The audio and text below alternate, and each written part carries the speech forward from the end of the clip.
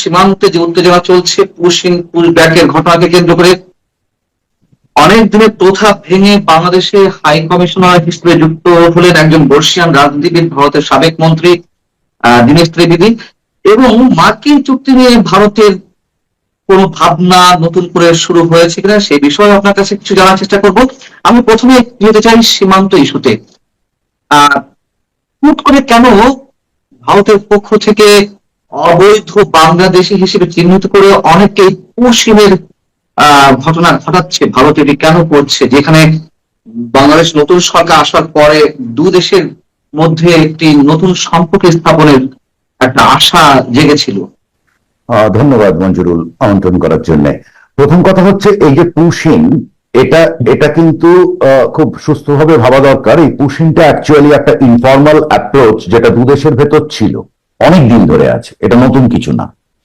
এটার কারণ হচ্ছে এই যে মানুষগুলো চলে আসে, এই মানুষগুলোকে আমি ধরে যদি জেলে ভরতে শুরু করি তাহলে একটা হিউম্যান ট্র্যাজেডি তৈরি হয়। এটার জন্য বিএসএফ এবং বিজিবি ভেতর একটা পুরনো চুক্তি অনুসারে এদের হ্যান্ড ওভার করে দেওয়া হতো। এটা এতদিন চলতো, বিজিবিও নিত। এখন যে যাই বলুক, বিজিবি নিত। এখন একটা দিকে হচ্ছে আপনি মনে করতে পারেন যে এটা পলিটিসাইজড হয়েছে, অথবা মনে করতে পারেন যেটা ঘটনা সেটা হচ্ছে এই ফ্লোটা খুব বড় হয়ে গেছে। তার কারণ হচ্ছে পলিটিসাইজড হওয়ার কারণ, ধরুন আসাম বা বেঙ্গলে আপনি শুনতে পাচ্ছেন পলিটিশিয়ানরা চারটে কথা বলছেন, ভাগো অমুক করো ইত্যাদি, সে কারণ। দ্বিতীয় কথাটা হচ্ছে যে এই ফ্লোটা খুব বড় হয়ে গেছে। আপনি ইদানিংকালে যারা বর্ডারে গিয়ে ভিড় করছে, যেমন কয়েকটা ছবি আপনি দেখেছেন, হাকিমপুর সীমান্তে শয়ে শয়ে লোক জড়ো হয়েছে। এর আগেও আপনি দেখেছেন পেট্রাপোলে গিয়ে জড়ো হয়েছে। এই যে জড়ো হচ্ছে, এর কারণ হচ্ছে আমাদের দেশে ন্যাশনাল সিকিউরিটির জন্য, বিশেষত আপনি যদি খেয়াল করে দেখবেন অপারেশন সিন্দুরের সময় থেকে দেশে ইল্লিগাল ইমিগ্রেন্ট নিয়ে অনেকদিন ধরে আলোচনা হচ্ছিল, খুচখাচ কাজ হচ্ছিল, কিন্তু অপারেশন সিন্দুরের সময় থেকে একেবারে এটার উপর একটা ড্রাইভ, যে ধরো এবং আপনাকে আমি এটুকু বলতে পারি যে আগামী 3-4 বছর 5 বছর আপনি দেখবেন, প্রথম কথা হচ্ছে যে ইল্লিগাল ইমিগ্রেশন বন্ধ করা হবে, বর্ডারে ম্যাসিভ কাজ চলছে। আর দ্বিতীয়ত হচ্ছে যে আপনার এদিক থেকে ড্রাইভ, এই ইল্লিগাল ইমিগ্রেন্টদের সরানো। একটা ছোট উদাহরণ দিয়ে আপনাকে শেষ করছি। ইল্লিগাল ইমিগ্রেন্ট অনেক রকম হয়, মূলত দু রকম। এক নম্বর হচ্ছে যারা আনডকুমেন্টেড, যারা ভারতে এসছেন, কাজ করছেন, কিছু করছেন, কিন্তু তাদের ডকুমেন্ট নেই। মূলত এরা কিন্তু খুবই দরিদ্র শ্রেণীর। দ্বিতীয় শ্রেণীটা মারাত্মক, এটা হচ্ছে হিউম্যান ট্রাফিকিং এর অংশ। আপনি জানেন বাংলাদেশ হিউম্যান ট্রাফিকিং এর একটা বড় সেন্টার, এবং এরা ভারতে আসে, ভারতের ডকুমেন্ট জোগাড় করে, অবশ্যই তার মধ্যে আমাদের দেশের লোকেরাও ইনভলভ আছে, এবং তারপরে অনেক লোক এখানকার পাসপোর্টে মধ্যপ্রাচ্যে যায়। এখন এই সবগুলো বিষয় সামনে এসেছে। সাংবাদিক প্রতিনিধি দিবস, আপনি যে কথাগুলো বলছেন আমি এইগুলোকে একটাকেও উড়িয়ে দিচ্ছি না, এবং প্রত্যেকটা ভিত্তি আছে। আমি জানি অনেকে অস্বীকার করেন, কিন্তু আমি জানি আমার সাংবাদিকতার অভিজ্ঞতা থেকে যে ভারতে অবশ্যই অবৈধ বাংলাদেশি রয়েছে, এটি অস্বীকার করার কোনো কারণ নেই। আবার বাংলাদেশেও কিছু ভিসা ছাড়া কিছু ভারতীয় মেয়াদ পেরিয়ে গেছে, হতে পারে না। আচ্ছা, আমার কথা হচ্ছে যে অবশ্যই অবৈধ বাংলাদেশি হিসেবে যাদেরকে চিহ্নিত করছে ভারত সরকার, তাতে আমাদের কোনো আপত্তি নেই। কিন্তু আমার কথা হচ্ছে যে কেন ইলিগাল বা নিয়ম বহির্ভূত ভাবে, বা আপনি যদি বলেন যে ইনফর্মাল ওয়ে কোশ্চেন করা, এই ঘটনাটি কেন ঘটবে? বাংলাদেশ সরকার থেকে তো বলা হচ্ছে যে আমাদেরকে তালিকা দিক, আমরা সেগুলো যাচাই বাছাই করে দেখবো, আমার কোনো আপত্তি নেই। এবং আমার প্রশ্ন ছিল পুশিনের ঘটনা, আপনি যে বলছেন যে পুশিং পুশব্যাক বলা হচ্ছে, এই বক্তব্যটাই খুব গন্ডগোলের হচ্ছে, যেটা বাংলাদেশ হিস্টোরিক্যালি মানতে চায় না যে ভারতে ইল্লিগাল ইমিগ্রেন্ট আছে। ফলে যখন অস্বীকার করেনি, যেমন বর্তমান বিএনপি সরকার কিন্তু অস্বীকার করছে না, তারা বলেছে আমাদেরকে তালিকা দেওয়া হোক, এবং যথাযথ তালিকা যখন তারা যেটা করে, প্রসেসটা ডিলে করে। আমরা চাইছি তোমরা ফাস্ট নাও। এটা কিন্তু আনডকুমেন্টেড ভাবে হচ্ছে না। বর্ডারে এই যে লোকগুলো আসে, তাদের পুরো ডকুমেন্ট নেওয়া হয়, তাদের বায়োমেট্রিক নেওয়া হয়, নেওয়ার পরে তাদেরকে বিজিবির কাছে হ্যান্ড ওভার করা হবে। এখন এই প্রসেসটা যদি বাংলাদেশের দিকেও, এটা কিন্তু আছে নিয়মে, নিয়মে নেই তা নয়, দুদেশের ভেতর এটা আছে। বাংলাদেশ চাইছে তুমি অন্য ভাবে আগে আমাকে লিস্ট পাঠাও, তারপর আমি দেখবো, তারপর হবে। আর ইন্ডিয়া বলছে এইভাবে। এখন এই জায়গাটাতে একটা রাজনীতি আছে, দুটো রাজনীতি আছে। একটা হচ্ছে আমরা চাইছি যে এই লোকগুলো, বা ভারত সরকার চাইছে এই লোকগুলো এই যে ভিড় জমাচ্ছে, এটা আমার দেশে ভিজুয়ালস তৈরি করছে, এবং আরো যারা আছে চলে যাক তারা, কেমন চুপচাপ।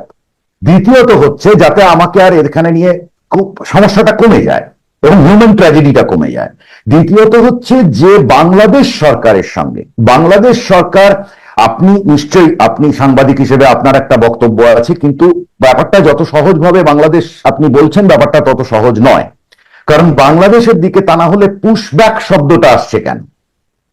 কেমন পুশব্যাক এই জন্য, যেমন আমি যদি একটা রেফারেন্স দিই আপনাকে, এই পুশব্যাক ঘটনাটা হঠাৎ করে বেড়েছে। আপনি যদি বলছেন, আমি স্বীকার করি যে সবসময় ছিল, কিন্তু আমার প্রথম প্রশ্ন হচ্ছে যে হঠাৎ করে কেন বাড়লো, এবং ইউনিট সরকারের সময় এই ড্রাইভটা এসছে এবং লোকেরা ভয় পেয়ে দৌড়েছে। আজকে যাদের আপনি বর্ডারে দেখছেন তাদের আমরা ধরে নিয়ে যাইনি, তারা ভয় পেয়ে নিজেরা গিয়ে হাজির হয়ে গেছে বাড়ি। আবার কিন্তু এখানে গন্ডগোল যেখানে বাঁধে, আপনি যে শব্দটা ইউজ করছেন, ইউনিট সরকারের সময় 2025-এ 2000-এর মতো মানুষকে পুশিং করা হয়েছিল, এবং বিজিবি সেগুলো যাচাই বাছাই করে দেখেছিল আমাদের যে সীমান্তরক্ষী বাহিনী, তার মধ্যে 136 জন ভারতীয় নাগরিককে পাওয়া গিয়েছিল, যে 2000-এর মতো পুশিং করা হয়েছিল। তো এই জটিলতা গুলো তো তৈরি হয়। তাহলে একটু যদি সময় নিয়ে প্রক্রিয়া মেনটেন করে যদি সবকিছু করা হয়, সেক্ষেত্রে তো ঝুঁকি অনেক ক্ষেত্রেই কমে যায়। এবং আপনি যেটা বলছেন যে হিউম্যান ট্র্যাজেডি যেটা সৃষ্টি হচ্ছে, একবারে শূন্য রেখার মতো উপরে দেশহীন, আলোহীন, আকাশহীন যে মানুষেরা, মানে যে অবস্থা রয়েছে, তাতে এরকমই মনে হচ্ছে, অস্তিত্বহীন, শিকড়হীন। মানে এটা তো একেবারে অমানবিক দৃশ্যপটে তৈরি হচ্ছে, তাই না? আবার এক ধরনের উত্তেজনার সৃষ্টি হচ্ছে বিএসএফ বিজিবির মধ্যে। Right, right. আপনি জানেন যে আমেরিকা শেকল পরিয়ে পরিয়ে ফেরত পাঠাচ্ছিল। আমরা সমর্থন করি না, না, আপনি সমর্থন করার ব্যাপার বলছি না, আপনিও সমর্থন করেন, আমিও সমর্থন করি না ব্যক্তিগতভাবে। কিন্তু আমেরিকা কাজটা করছিল কেন? কাজটা এই কারণে করছিল যে সকলের মনে ভয় ঢোকাতে, এক। দুই, যে দেশ থেকে আসছে সেই দেশগুলোকে বলছে তুমি ব্যবস্থা নাও, তার মধ্যে কিন্তু ভারতও ছিল, এমন তো। তাহলে, এবং ভারত খুব বড় এই ধরনের ইলিগাল ইমিগ্রেশন আমেরিকার জন্য। তো প্রশ্ন হচ্ছে এক্ষেত্রেও ভারত সরকার একই জিনিস চাইছে, কারণ আমাদের হিসেব মতো আমাদের দেশে কোটি খানেক আছে, এবং আমাদের আনঅফিসিয়াল হিসেব অনুযায়ী কমসে কম 10,000 পালিয়েছে, এবং বহু হাজারকে আমরা এয়ারপোর্ট, ল্যান্ড পোর্ট, তাদের এখানে ধরে ফেলেছি। আপনি যে ভারতীয় এবং বাংলাদেশি বলছেন, এখানে দুটো সাইড আছে। একটা হচ্ছে যখন পুলিশ ধরেছিল দিল্লি বা গুজরাট অঞ্চল থেকে, নানান জায়গা থেকে, তারা ভাষা বুঝতে পারেনি, তারা পশ্চিমবঙ্গের লোককে ভেবেছে বাংলাদেশি। এরকম ঘটনা ঘটেছে আমার হিসেব মতো গোটা 40 ছিল এরকম ঘটনা, 20 কি 40 একটা সংখ্যা ছিল, এটা তো সত্যি কথা। এবং এটা ভুল, ব্যাড হ্যান্ডলিং অফ সিচুয়েশনস। কিন্তু আর একটা সাইড আছে, একটা লোকের কাছে বাংলাদেশি ডকুমেন্ট আছে, ইন্ডিয়ান ডকুমেন্ট আছে। আপনি যদি তাকে বলে দেন, এবং সেই লোকটা ইন্ডিয়াতে থাকার ভেস্টেড ইন্টারেস্ট আছে, তাই সে যদি এই প্রসেস দিয়ে এসে বলে আমি ইন্ডিয়ান, তখন কি হবে?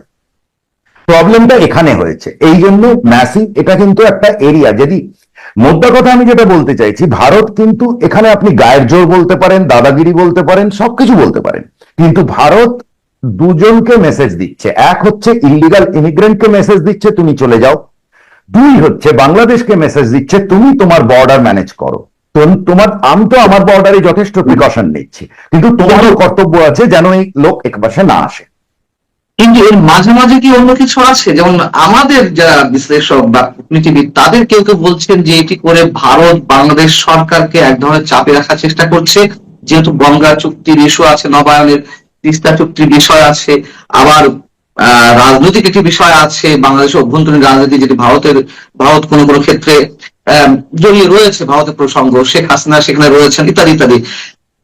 যেটি হোক না কেন, সব মিলিয়ে কি আসলে কোন ধরনের চাপ সৃষ্টির কোন মানে বিহাইন্ড দ্য স্ক্রিনে কোন বিষয় আছে কিনা বাংলাদেশ? আপনি জানেন যে বিএনপি সরকার আসার আগে থেকে, যখন খালেদা জিয়া মারা গেলেন, তখন জয়শঙ্কর চলে গেলেন, এবং ভারত কিন্তু আপনি যেটা বলছিলেন অত্যন্ত প্রোঅ্যাক্টিভ স্টেপস নিচ্ছিল। এবং বিএনপি সরকারের প্রতি ভারতের সমর্থন, মানে ইলেকশনে যখন তারা যাচ্ছে তার প্রতি যে ভারতের সমর্থন আছে এটা খুব প্রকট ছিল। এটা আমি বলি আর না বলি, এটা একদম বাস্তব। আমাদের কাছে সবার কাছে স্পষ্ট। Right, right. তো যদি এই অবধি হয় তাহলে যেটা ছিল, এবং আপনি এটাও জানেন যে ইলেকশনে পরে নরেন্দ্র মোদী ইয়ে করলেন, ইনভাইট করলেন তারেক রহমানকে উইথ ফ্যামিলি, রাইট? তারপরে কিন্তু 3 মাসের বেশি কেটে গেছে, ফেব্রুয়ারি মাসে ইলেকশন হয়েছে, তাহলে 4 মাস হতে চললো, রাইট? তাহলে এই 4 মাসে বাংলাদেশ প্রধানমন্ত্রী সফর হওয়া দূরের কথা, বাংলাদেশের বিদেশ মন্ত্রী এসেছিলেন এবং বাংলাদেশে সেটাকে বলা হলো এটা ভারত সফর না, এটা ট্রানজিট। তাহলে সমস্যাটা প্রথম তৈরি করতে শুরু করলো বাংলাদেশ সরকার। এবং আপনার বর্ডারটা যেটা ঘটছে এটা আমার প্রয়োজনে ঘটছে এবং আরো ঘটবে, এবার এটাতে বাংলাদেশ যেভাবে সেটা বাংলাদেশে যেভাবে নেবে, কিন্তু এটা করা হবেই। এটা হচ্ছে বক্তব্য আমাদের দিকে। এটা যদি হাসিনা বা কোঅপারেটিং গভর্নমেন্ট থাকতো তাহলে হয়তো আমরা এভাবে করতাম না, এটাও সত্যি কথা।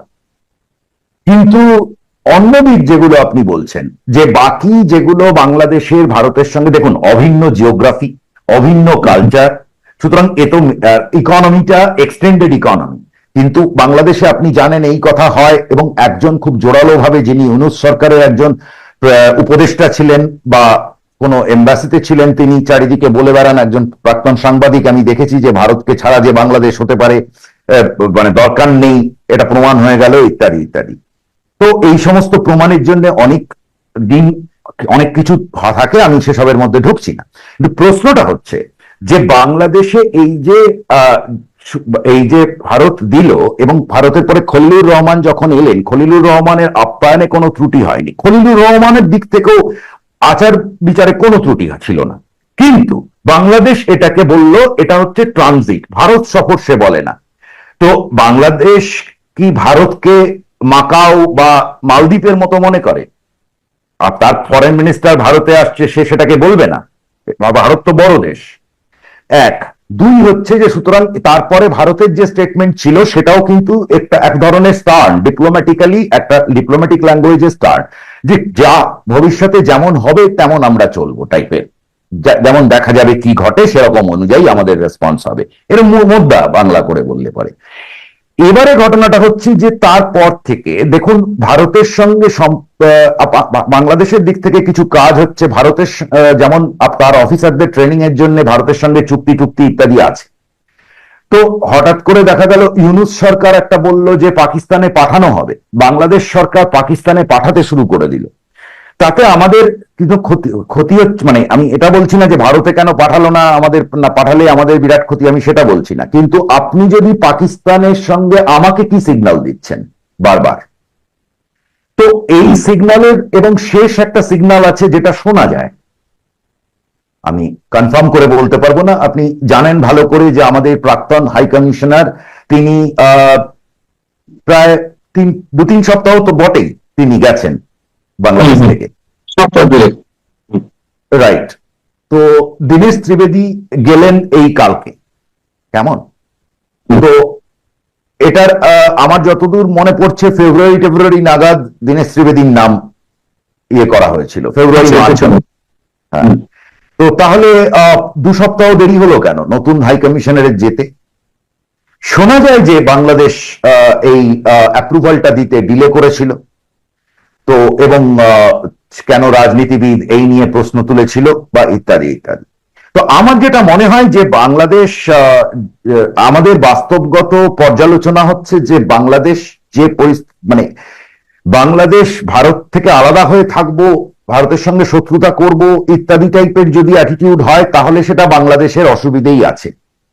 আর ইনসোফার অ্যাজ আমাদের একটু ক্লিয়ার করতে চাই দর্শকদের উদ্দেশ্যে, মানে আপনার মাধ্যমে, দীনেশ ত্রিবেদী যিনি আমাদের নতুন হাই কমিশনার ভারতের পক্ষ থেকে, তার নিয়োগের বিষয়টি, মানে বাংলাদেশে আসার বিষয়টি বাংলাদেশ গভর্নমেন্ট ঝুলিয়ে রেখেছিল, বিষয়টি এরকমই আপনি যদি বলতে চাচ্ছেন, যে তাই হচ্ছে পেছনে কারণটি কি, কেন বাংলাদেশ গভর্নমেন্ট এই বিষয়টি ঝুলিয়ে রাখতে চাইছিল বা দীনেশ ত্রিবেদীর বিষয়টি অ্যাপ্রুভাল দিচ্ছিল না?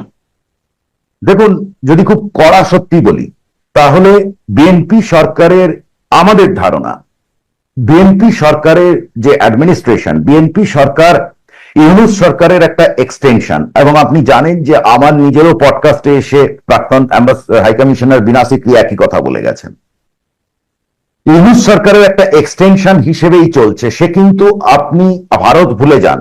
আপনি দেখুন 4 মাস হয়ে গেল, ভারত এত সম্পর্ক উন্নয়নের জন্য এতখানি আগ্রহ দেখিয়েছিল, অথচ তারপরেও ভারত যে ইউনূস সরকারের সময় যে সুবিধেগুলো প্রত্যাহার করেছিল, কেমন, তাহলে সেগুলোকে চালু করানোর বিষয়ে বাংলাদেশের দিক থেকে উদ্যোগ থাকা উচিত ছিল, তাই না? তা উদ্যোগ কি আছে? নিশ্চয়ই কোথাও সম্পর্কে ঘাটতি আছে, কারণ এটুকু আমরা দেখেছি যে ভারত কিন্তু India put its best foot forward for Tarek Rahman government. তো সেটা হলে পরে তার পরবর্তীতে বাংলাদেশের দিক থেকে কেন এই ধরনের ঘটনা ঘটছে, কেন যদি হয়ে থাকে দীনেশ ত্রিবেদীর অ্যাপ্রুভাল পেতে যদি দেরি হয়ে থাকে, তাহলে সে ঘটনাগুলো কেন ঘটছে? আমার মনে হয় যে বাংলাদেশের দিকে এই প্রশ্নগুলোর উত্তর দিতে হবে, বা রেটরিক যেগুলো দেখতে পাচ্ছি, যে ধরনের অ্যাকশনস দেখতে পাচ্ছি, সেগুলো খুব একটা পজিটিভ দেখতে পাচ্ছি না আমি।